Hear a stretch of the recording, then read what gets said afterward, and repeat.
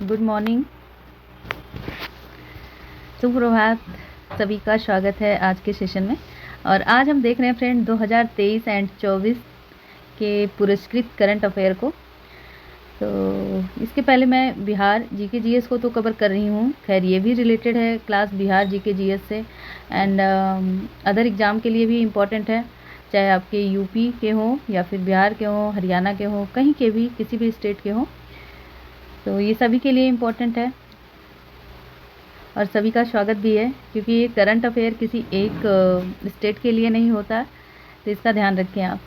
और मान लीजिए कहीं टैग दे दिया गया है कि ये बिहार एग्ज़ाम के लिए है या यूपी के लिए है या एमपी के लिए है, तो इससे आप क्लास को लीव ना करें, क्योंकि करंट अफेयर ऑल ओवर होता है, सभी एग्ज़ाम के लिए इम्पोर्टेंट होता है।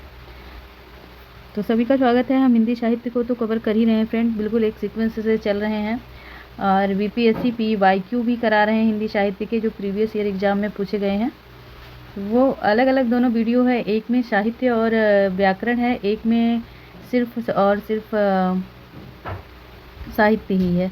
तो आप दोनों ही वीडियो को देखिए फ्रेंड, जितना हमसे हो पा रहा है उतना हम कवर करा रहे हैं। हमारे जो भी मित्रगण भाई बहन चैनल पर पहली बार हैं तो चैनल को सब्सक्राइब कर दें, और सभी से अनुरोध है कि सभी लाइक करें।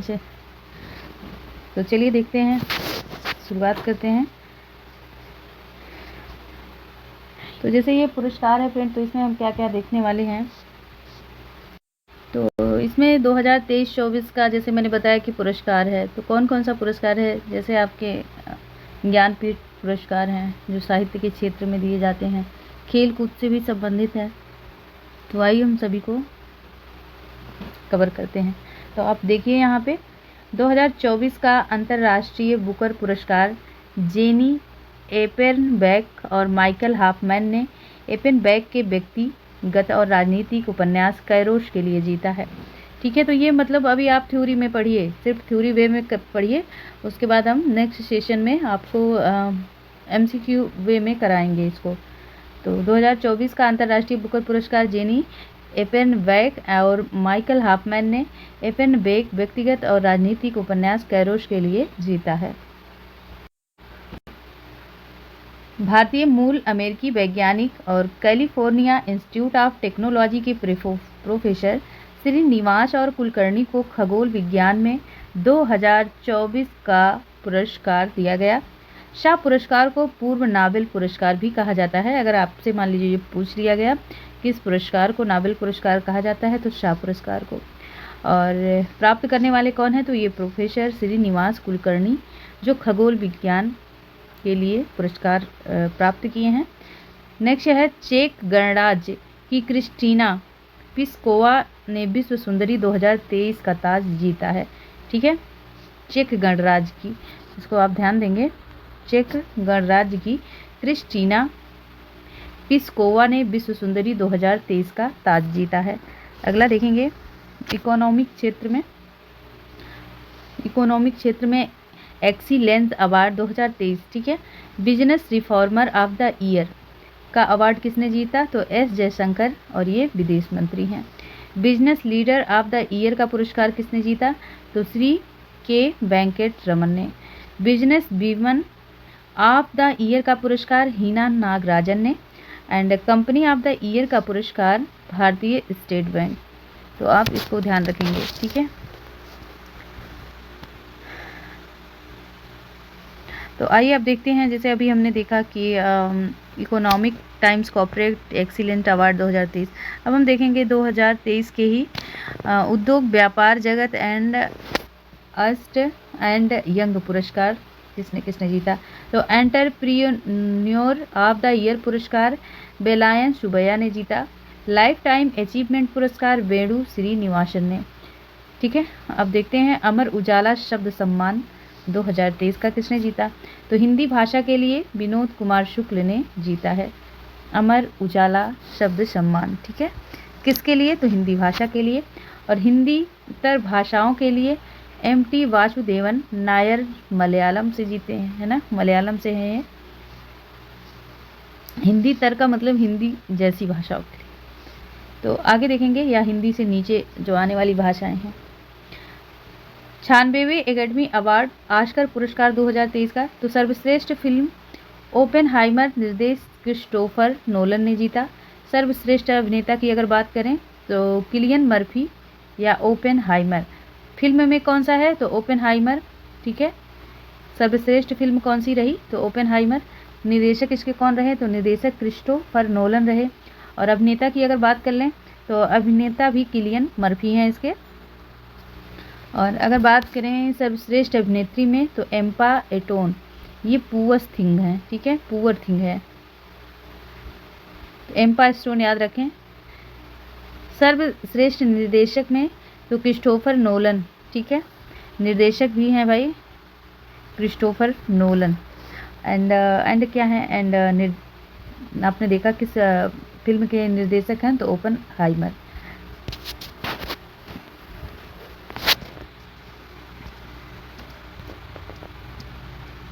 अब हम चलते हैं बाफ्टा पुरस्कार 2024 की बात करते हैं। तो बाफ्टा पुरस्कार किसको दिया गया, देखिए क्या क्या पुरस्कार होते हैं। तो सर्वश्रेष्ठ फिल्म पुरस्कार की बात करें तो ये तो आपने देख लिया, ठीक है, ये तो आपने देख लिया अभी कि ओपेनहाइमर निर्देशक क्रिस्टोफर नोलन, इंपॉर्टेंट है इसलिए मैं बार बार रिपीट कर रही हूँ इसे। और सर्वश्रेष्ठ निर्देशक की बात करें तो क्रिस्टोफर नोलन, फिल्म ये ओपेनहाइमर के लिए। मुख्य भूमिका में सर्वश्रेष्ठ अभिनेत्री कौन रही हैं तो एम्मा स्टोन रही हैं। और मुख्य भूमिका में सर्वश्रेष्ठ अभिनेता कौन रहे तो किलियन मर्फी रहे हैं। अब गणित के क्षेत्र की बात करते हैं। गणित के क्षेत्र में भी 2024 का नोबेल पुरस्कार प्रोफेसर मिशेल टेल ग्रेट को दिया गया। वैज्ञानिक अनुसंधान 31वां जीडी बिरला पुरस्कार 2023 में प्रोफेसर अदिति सेन डे को, ठीक है। वास्तुकला के क्षेत्र का प्रित्जकर पुरस्कार 2024 का रिकेन यामामोटो को दिया गया और ये कहाँ से हैं तो जापान से हैं। 2023 का 58वां ज्ञानपीठ पुरस्कार स्वामी रामभद्राचार्य संस्कृतियों के लिए अगर इनका तो देखिए फिर से 2023 का 58वां ज्ञानपीठ पुरस्कार रामभद्राचार्य को, ठीक है, और गुलजार को दिया गया। तो रामभद्राचार्य को संस्कृत के लिए दिया गया जबकि गुलजार का पूरा नाम या जाने इन्हें किस भाषा के लिए दिया गया तो पूरा नाम इनका है सिंह कालरा और उर्दू भाषा के लिए। तो भद्राचार्य को किस भाषा के लिए संस्कृत के लिए और गुलजार जी को उर्दू भाषा के लिए, ठीक है। अगर इनका पूरा नाम पूछ लिया जाता है कि गुलजार जी का पूरा नाम क्या है तो सिंह कालरा याद रखेंगे। नेताजी सुभाष चंद्र बोस आपदा प्रबंधन पुरस्कार 2024 संस्थागत श्रेणी में यह पुरस्कार 60 parachute field hospital Uttar Pradesh को दिया गया। ये इम्पॉर्टेंट हो सकता है क्वेश्चन आपके लिए, ठीक है, कि नेताजी सुभाष चंद्र बोस आपदा प्रबंधन पुरस्कार 2024 संस्थागत श्रेणी में यह पुरस्कार 60 parachute field hospital Uttar Pradesh को दिया गया। आइए बात करते हैं 2024 के ही फ्रेंड भारत रत्न पुरस्कार किसको किसको दिया गया, ठीक है। तो 49वां भारत रत्न पुरस्कार कर्पूरी ठाकुर को दिया गया, लेकिन कब दिया गया तो मरणोपरांत दिया गया। और 50वां भारत रत्न पुरस्कार लाल कृष्ण आडवाणी को दिया गया। एंड 51वां भारत रत्न पुरस्कार किसको दिया गया था तो पूर्व प्रधानमंत्री चौधरी चरण सिंह को दिया गया था, इनको भी मरणोपरांत। 52वां भारत रत्न पुरस्कार प्रधानमंत्री नरसिम्हा राव को मरणोपरांत दिया गया था, ठीक है, इसको आप ध्यान रखेंगे। 2024 की अगर बात करें तो कर्पूरी ठाकुर को, लेकिन मरणोपरांत कोई फ़ायदा नहीं है भाई, मरने के बाद अगर पुरस्कृत हो रहे हैं तो क्या फ़ायदा। तो आइए अब देखते हैं, अभी एक और बचे हैं। तो देखिए 53वां भारत रत्न पुरस्कार किसको दिया गया तो हरित क्रांति के लिए दिया गया MS स्वामीनाथन को, ठीक है। तो ये तो जान ही रहे हैं कि स्वामीनाथन को किस क्षेत्र में दिया जाता है तो हरित क्रांति के लिए दिया जाता है।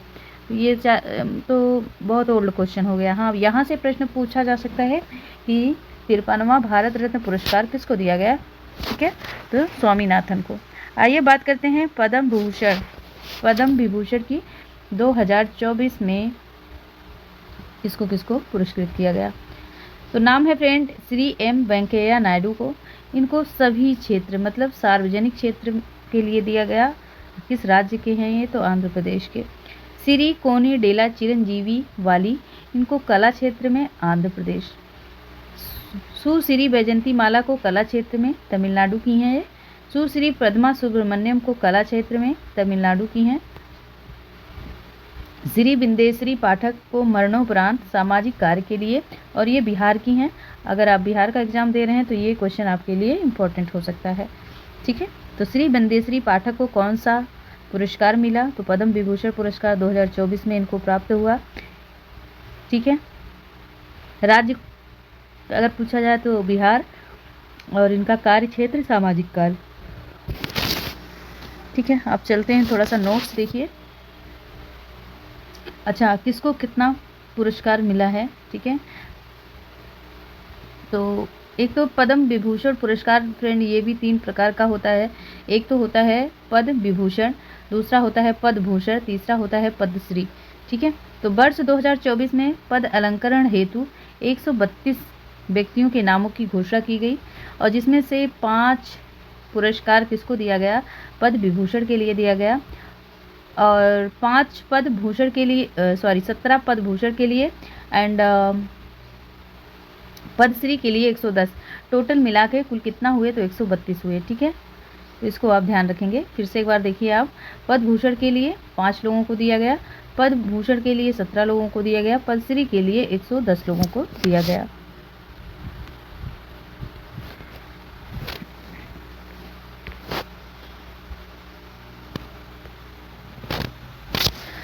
अब आया ये देखिए, प्रधानमंत्री राष्ट्रीय बाल पुरस्कार 2024 में थोड़ा सा बड़ा करती हूँ स्क्रीन।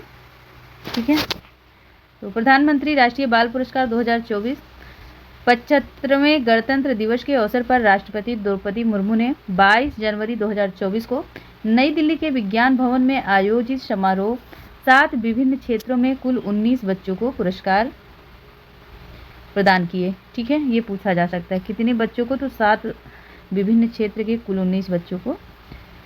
और बिहार के एमडी हुसैन को कला एवं संस्कृत क्षेत्र में पुरस्कार दिया गया। ठीक है, बिहार के एमडी हुसैन को कला और संस्कृत क्षेत्र में पुरस्कार दिया गया। अगला देखते हैं, गोल्डन ग्लोब पुरस्कार 2024 किसको किसको दिया गया? तो ये सर्वश्रेष्ठ फिल्म के लिए दिया जाता है गोल्डन ग्लोब पुरस्कार। तो ड्रामा श्रेणी में तो ओपनहाइमर, अभी आपने इसको देखा भी आगे, और जिसके निर्देशक हैं Christopher Nolan. And musical comedy के लिए पुअर थिंग्स को। सर्वश्रेष्ठ अभिनेता की बात करें तो ड्रामा श्रेणी में किलियन मर्फी को, एंड म्यूजिकल कॉमेडी में पॉल गियामत को। ठीक है, और अभिनेत्री की बात करते हैं तो सर्वश्रेष्ठ अभिनेत्री में अगर ड्रामा की बात किया जाए, ड्रामा श्रेणी की, तो लिली ग्लैडस्टोन को। एंड म्यूजिकल की अगर बात किया जाए, म्यूजिकल कॉमेडी को, तो एम्मा स्टोन को। खैर ये क्वेश्चन आप देख चुके हैं, तो यहाँ टाइम ना वेस्ट करें। तो चलिए आगे देखते हैं हम।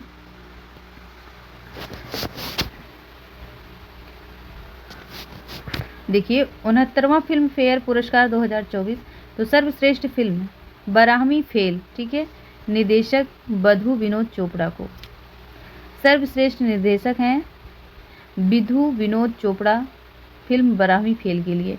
सर्वश्रेष्ठ अभिनेता है रणबीर कपूर फिल्म एनिमल के लिए। ठीक है, और सर्वश्रेष्ठ अभिनेत्री हैं आलिया भट्ट, इनको राखी और रानी की प्रेम कहानी के लिए फिल्म फेयर पुरस्कार प्राप्त हुआ। ठीक है, फिल्म से तो बहुत ही कम पूछा जाता है। आगे देखिए, संबंधित क्षेत्र और व्यक्ति। अब यहाँ नोबेल पुरस्कार की बात हुई है, इसको आप ध्यान दीजिएगा। नोबेल पुरस्कार, अभी आपने फेयर गोल्ड देखा, अब देखेंगे नोबेल। तो देखिए संबंधित क्षेत्र हैं और व्यक्ति हैं, तो भौतिक क्षेत्र में नोबेल पुरस्कार दिया जाता है। तो जैसे पियरे एगोस्टिनी को और फेरेंक क्राउच को, एनी एल हुइलियर को। ठीक है, रसायन विज्ञान की बात करें तो इनमें मौगा जी बाबेंडी को, लुई ब्रूश को, एंड एलेक्सी आई को। तो याद रखेंगे, मौगा जी बाबेंडी कहाँ के हैं? ये फ्रांस के हैं। लुई ब्रूश अमेरिका के, एंड एलेक्सी आई एकीमोव ये रूस के हैं।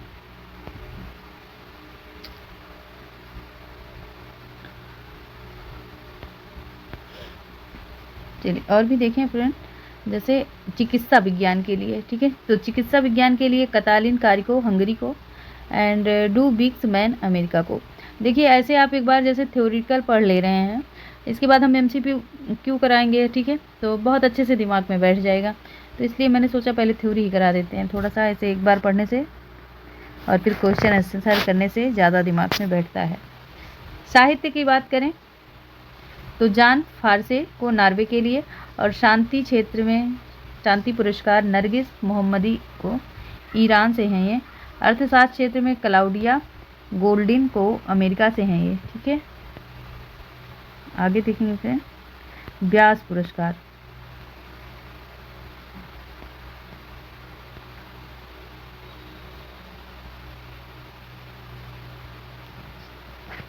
व्यास पुरस्कार की या व्यास सम्मान की बात करें तो 33वां व्यास सम्मान 2023 में पुष्पा भारती को यादें यादें और यादें के लिए, ठीक है, संस्मरण की रचना है इनकी। तो यादें यादें और यादें के लिए पुष्पा भारती को 2023 में 33वां व्यास सम्मान पुरस्कार। 32वां व्यास सम्मान पुरस्कार 2022 में ज्ञान चतुर्वेदी उपन्यास पागलखाना के लिए, तो याद रखेंगे। 33वां किसको मिला है, तो पुष्पा भारती को। इनकी संस्मरण रचना है हिंदी की, हिंदी साहित्य से संबंधित है ये, यादें यादें और यादें। अगर 32वां की बात करें तो 2022 में ज्ञान चतुर्वेदी उपन्यास पागलखाना के लिए। अब मूर्ति देवी सम्मान की बात करें तो मूर्ति देवी सम्मान में 33वां मूर्ति पुरस्कार 2019 में श्री विश्वनाथ तिवारी को रचना अस्थि और भौति के लिए। बिहार सम्मान की बात करें, ठीक है, बिहारी सम्मान, सॉरी बिहार नहीं, तो बिहारी सम्मान 32वां बिहारी पुरस्कार 2022 में श्री माधव हाड़ा को, और पुस्तक है इनका पचरंग चोला पहर शकीरी, ठीक है। आगे देखेंगे एबल पुरस्कार। तो एबल पुरस्कार फ्रेंड गणित के क्षेत्र में दिया जाता है, तो यहाँ से भी एक प्रश्न पूछा जा सकता है कि एबल पुरस्कार किस क्षेत्र में दिया जाता है, तो गणित क्षेत्र में। और एबल पुरस्कार कब दिया गया, तो 2024 में मिशेल टैलग्रेंड को दिया गया एबल पुरस्कार। ये कहाँ के रहने वाले, तो फ्रांस के हैं। एबल पुरस्कार 2023, ठीक है, 24 में दिया गया किसको, मिशेल टैलग्रेंड को, फ्रांस के हैं। और 23 में किसको दिया गया, तो लुइस कैफरेली को दिया गया, और ये USA से हैं।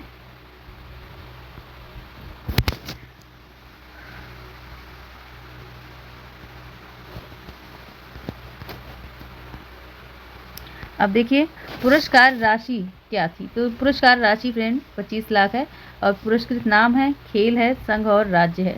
तो चिराग शेट्टी को दिया गया बैडमिंटन खेल के लिए, ये कहाँ से बिलोंग है करते हैं, तो महाराष्ट्र से।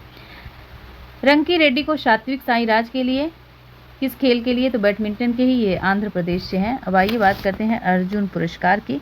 तो अर्जुन पुरस्कार 26 व्यक्ति को अभी तक मिले हैं।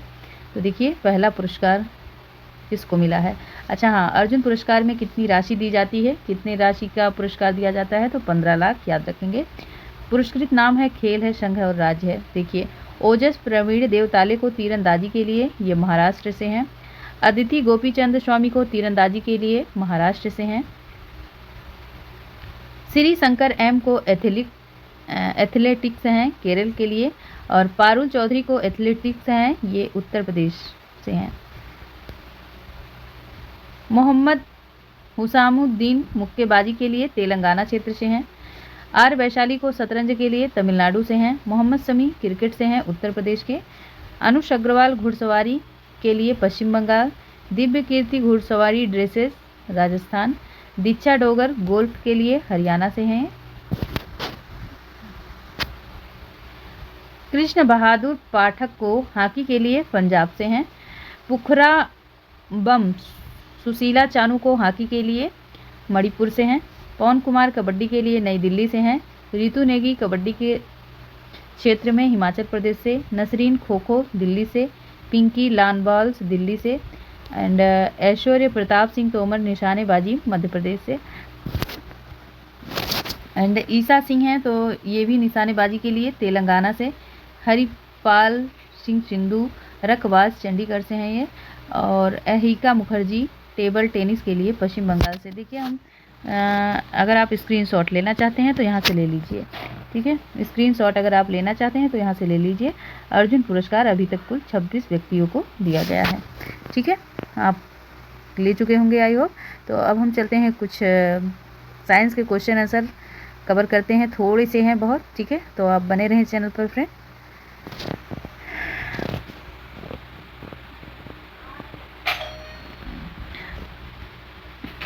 तो देखिए थोड़े क्वेश्चन हमारे छूट रहे हैं, तो इनको भी हम कवर करते चलते हैं, है ना।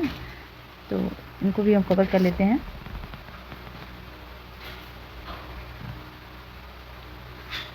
है वही है ये क्वेश्चन,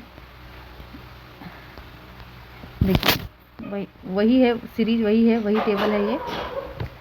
तो इसमें देखिए सुनील कुमार को कुश्ती के लिए हरियाणा से हैं, अंतिम पधाल कुश्ती के लिए हरियाणा से हैं, ना ओरे सोम रोसे बिना देवी बुशु मणिपुर से हैं, शीतल देवी पैरा तीरंदाजी जम्मू कश्मीर से हैं, इलूरी अजय कुमार रेड्डी ब्लाइंड क्रिकेट आंध्र प्रदेश से हैं, प्राची यादव पैरा कैनोइंग ये मध्य प्रदेश से हैं। ठीक है, तो आगे देखते हैं। अगला है ध्यानचंद्र पुरस्कार लाइफ टाइम अचीवमेंट 3 व्यक्तियों को मिला है फ्रेंड।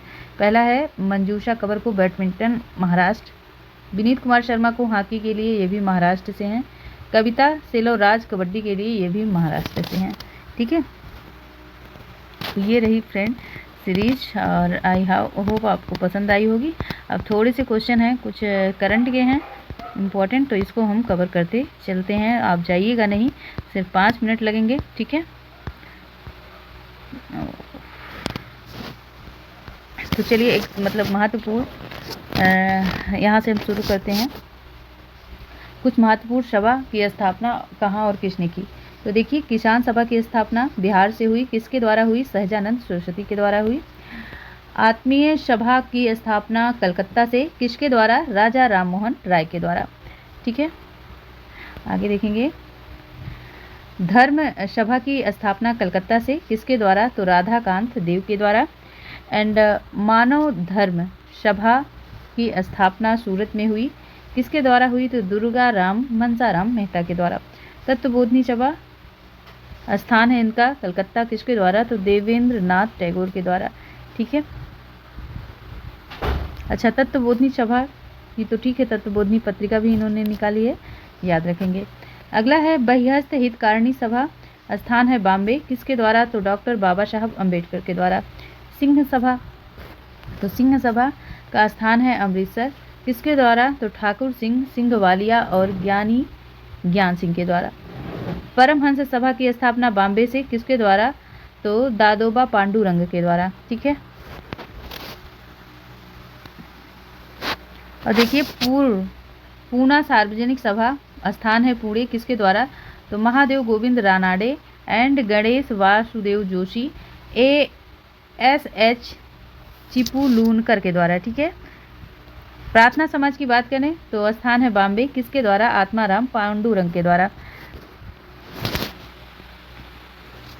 तो आइए थोड़ा सा और हम पढ़ते चलते हैं ना।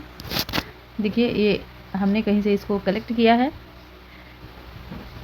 देखिए अधिग्रहण की आखिरी लहर 1848 से 1856 के बीच किसके कहाँ से शुरू हुई, तो ये आखिरी लहर 48 से 56 के बीच शुरू हुई। गवर्नर जनरल बने लॉर्ड डलहौजी के शासनकाल में चली। ठीक है, लॉर्ड डलहौजी एक नई नीति अपनाई जिसका नाम था विलय की नीति या हड़प की नीति, याद रखेंगे। इस सिद्धांत इस तर्क पर आधारित था कि अगर किसी शासक की मृत्यु हो जाती है और उसका कोई पुरुष वारिस नहीं है तो उसकी रियासत को हड़प ली जाएगी। इसी को ही हड़प नीति कहते हैं, या फिर क्या नीति कहते हैं, विलय की नीति कहते हैं। यानी मतलब जैसे अगर कोई है, अगर उसका कोई पुरुष वारिस नहीं, बेटा वारिस नहीं है, तो लैप्स कर दी जाएगी उसकी सारी संपत्ति। ठीक है, तो वो आगे राज नहीं कर पाएंगे। ठीक है, मतलब यही था इनका। तो कंपनी के भूभाग का हिस्सा बन गई और इस सिद्धांत के आधार पर एक के बाद एक कई रियासतें आती रहीं। तो सबसे पहले देखेंगे सतारा रियासत कब से कब तक है फ्रेंड, तो ये 1848, और संबलपुर 1850, उदयपुर 1852 एंड नागपुर 1853 और झांसी 1854 अंग्रेजों के हाथ में चली गई। आखिरकार 1856 में कंपनी के अवध को भी अपने नियंत्रण में ले लिया। इस बार अंग्रेजों ने एक नया तर्क दिया। उन्होंने कहा कि वे अवध की जनता को नवाब के कुशासन से आज़ाद कराने के लिए कर्तव्य से बंधे हुए, इसीलिए अवध पर कब्जा करने को मजबूर हैं। अपने प्रिय नवाब को जिस तरह से वे गद्दी से हटाया गया, उसे देख लोगों को गुस्सा भड़क उठा और अवध के लोग भी 1857 के महान विद्रोह में शामिल हो गए। तो ये सारी चीज़ें तो आप जान ही रहे हैं, ठीक है। तो ये स्लाइड हमने कहीं से ली थी आपके लिए, जो आपके सामने पेश कर दी, और एक छोटी सी ट्रिक, खैर इसको हम लास्ट में देखेंगे। तो चलिए हम कुछ साइंस के क्वेश्चन है फटाफट कवर करते हैं। तो देखिए फ्रेंड, रेड ब्लड सेल्स या लाल रक्त कण या कणिकाएं का निर्माण कहाँ होता है? तो अस्थि मज्जा में होता है। लाल रक्त कण का जीवन काल क्या है? तो 120 दिन है। ये जीके जीएस से ही रिलेटेड है, ठीक है। तो श्वेत रक्त कण का जीवन काल 1 से 4 दिन होता है, और वहीं अगर लाल की बात करें तो 120 दिन आपने देखा। श्वेत रक्त कण व्हाइट ब्लड सेल्स को कहा जाता है, ठीक है। और इसका अगर दूसरा नाम पूछा जाए तो ल्यूकोसाइट। लाल रक्त को रेड ब्लड सेल, और इसको क्या कहा जाता है? एरिथ्रोसाइट। शरीर का ताप नियंत्रक होता है हाइपोथैलेमस ग्रंथि में, ठीक है। शरीर का ताप नियंत्रक कौन होता है? तो हाइपोथैलेमस ग्लैंड। मनुष्य की सर्वदाता रक्त समूह या यूनिवर्सल डोनर किसको कहा जाता है? तो ओ वर्ग के ब्लड को, ठीक है, जिनका ब्लड ओ ग्रुप का हो। और मनुष्य का सर्वग्राही रक्त या यूनिवर्सल रिसेप्टर किसको कहा जाता है? तो ए बी को, ठीक है।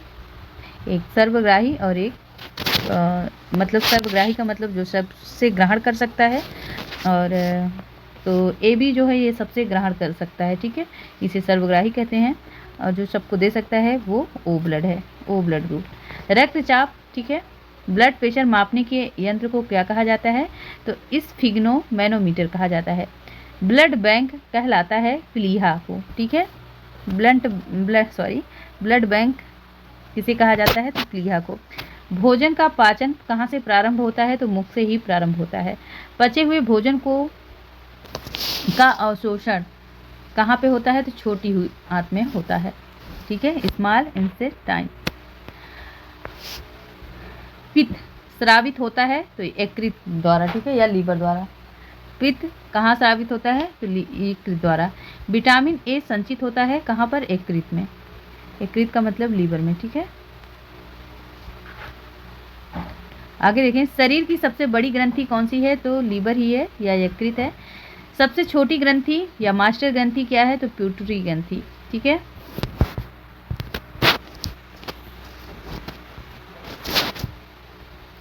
शरीर, अच्छा ये देख चुके। मनुष्य में पसलियां या रिब्स की संख्या होती है तो 12 जोड़ी होती है, ठीक है। मनुष्य में पसलियों की संख्या कितनी होती है? तो 12 जोड़ी होती है। शरीर में हड्डियों की कुल संख्या 206 होती है, ये तो आप जानते ही होंगे। शरीर में मांसपेशियों की कुल संख्या कितनी होती है? तो 639 होती है, ठीक है, 639 होती है।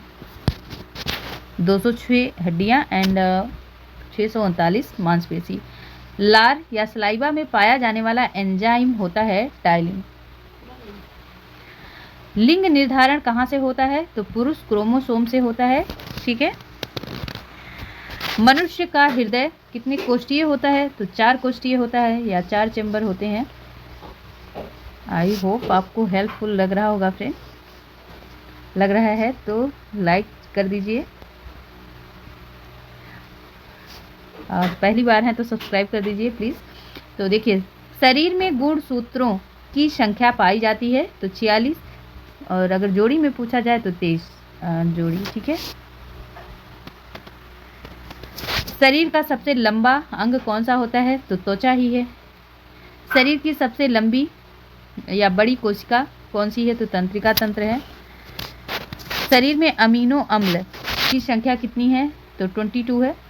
शरीर में प्रतिदिन मूत्र बनता है, यूरिन कितना बनता है? तो 1.5 लीटर यूरिन बनता है। मूत्र दुर्गंध देता है क्योंकि यूरिया के कारण, ठीक है, यूरिक एसिड बनता ही है मूत्र में, तो यूरिया के कारण दुर्गंधित होता है ये। मानव मूत्र अम्लीय का पीएच मान क्या है? तो 6, याद रखेंगे। शरीर का तापमान, सामान्य तापमान कितने डिग्री पर होता है? तो 98.6 डिग्री, ठीक है, 6 डिग्री, 98.6 डिग्री फ़ारेनहाइट या 37 डिग्री सेल्सियस, या फिर इसे केल्विन की बात करें तो 310 केल्विन कहा जाता है। मानव शरीर में टीबिया नामक हड्डी पाई जाती है कहाँ पर? तो पैरों में। टीबिया नामक हड्डी कहाँ पर पाई जाती है? तो पैरों में पाई जाती है। आगे देखें, दांतों और हड्डियों की संरचना के लिए आवश्यक तत्व है कैल्शियम एवं फास्फोरस। रुधिर को थक्का जमने में सहायक होता है तो प्लेटलेट। ठीक है। मस्तिष्क तथा सिर के अध्ययन से संबंधित है फ्रेनोलॉजी। ठीक है।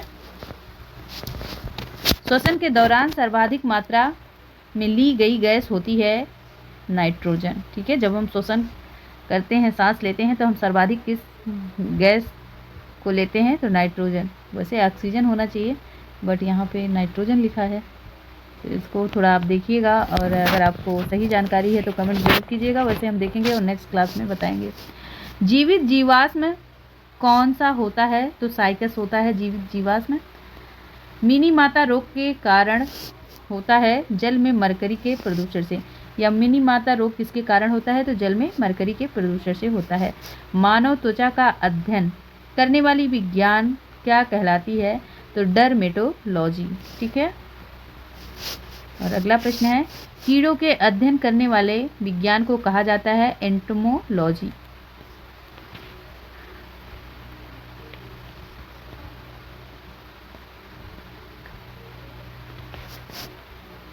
पित्त किस अंग के द्वारा पैदा किया जाता है? तो यकृत के द्वारा या लीवर के द्वारा। मानव शरीर में रुधिर बैंक का कार्य कौन करता है? तो तिल्ली करता है। शरीर में हीमोग्लोबिन का कार्य होता है ऑक्सीजन का परिवहन होता है। हीमोग्लोबिन में क्या होता है? तो लोहा पाया जाता है हीमोग्लोबिन में। और अगला प्रश्न है, मानव शरीर में खून किसके उपस्थिति के कारण नहीं जमता है? तो हिपैरिन के कारण मानव शरीर में जमता नहीं है। और आपने देखा कि कहाँ पर जमता है? तो प्लेटलेट्स के कारण है ना। रुधिर के प्लाज्मा में किसके द्वारा एंटीबॉडी निर्मित होती है? तो लिम्फोसाइट के द्वारा। अगला प्रश्न है, लाल रक्त कणिकाओं में आरबीसी का शमशान कहा जाता है प्लीहा को। क्रेब्स चक्र में किसका संश्लेषण होता है?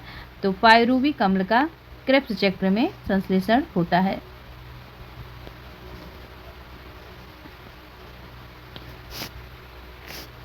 अगला देखें, लाल रक्त कणिकाओं में या फिर आरबीसी में शमशान कहा जाता है प्लीहा को। ये देख चुके हैं आप ना। तो देखिए, मानव शरीर में यूरिया का निर्माण कहाँ होता है? तो यकृत में होता है। रक्त की अशुद्धियाँ किस अंग में जाकर छनती हैं? तो वृक्कों में। और ये लास्ट क्वेश्चन है फ्रेंड, श्वसन की क्रिया कहाँ संपन्न होती है? तो माइटोकॉन्ड्रिया में श्वसन की क्रिया संपन्न होती है। क्लास कैसी लगी आप जरूर कमेंट कीजिएगा फ्रेंड। ठीक है। तो आई होप क्लास आपको अच्छी लगी होगी, पसंद आई होगी। ठीक है। तो लाइक शेयर कर दीजिएगा, सब्सक्राइब कर दीजिएगा। चैनल पर पहली बार हैं तो थैंक यू। मिलते हैं नेक्स्ट क्लास में, तब तक के लिए टाटा बाय बाय।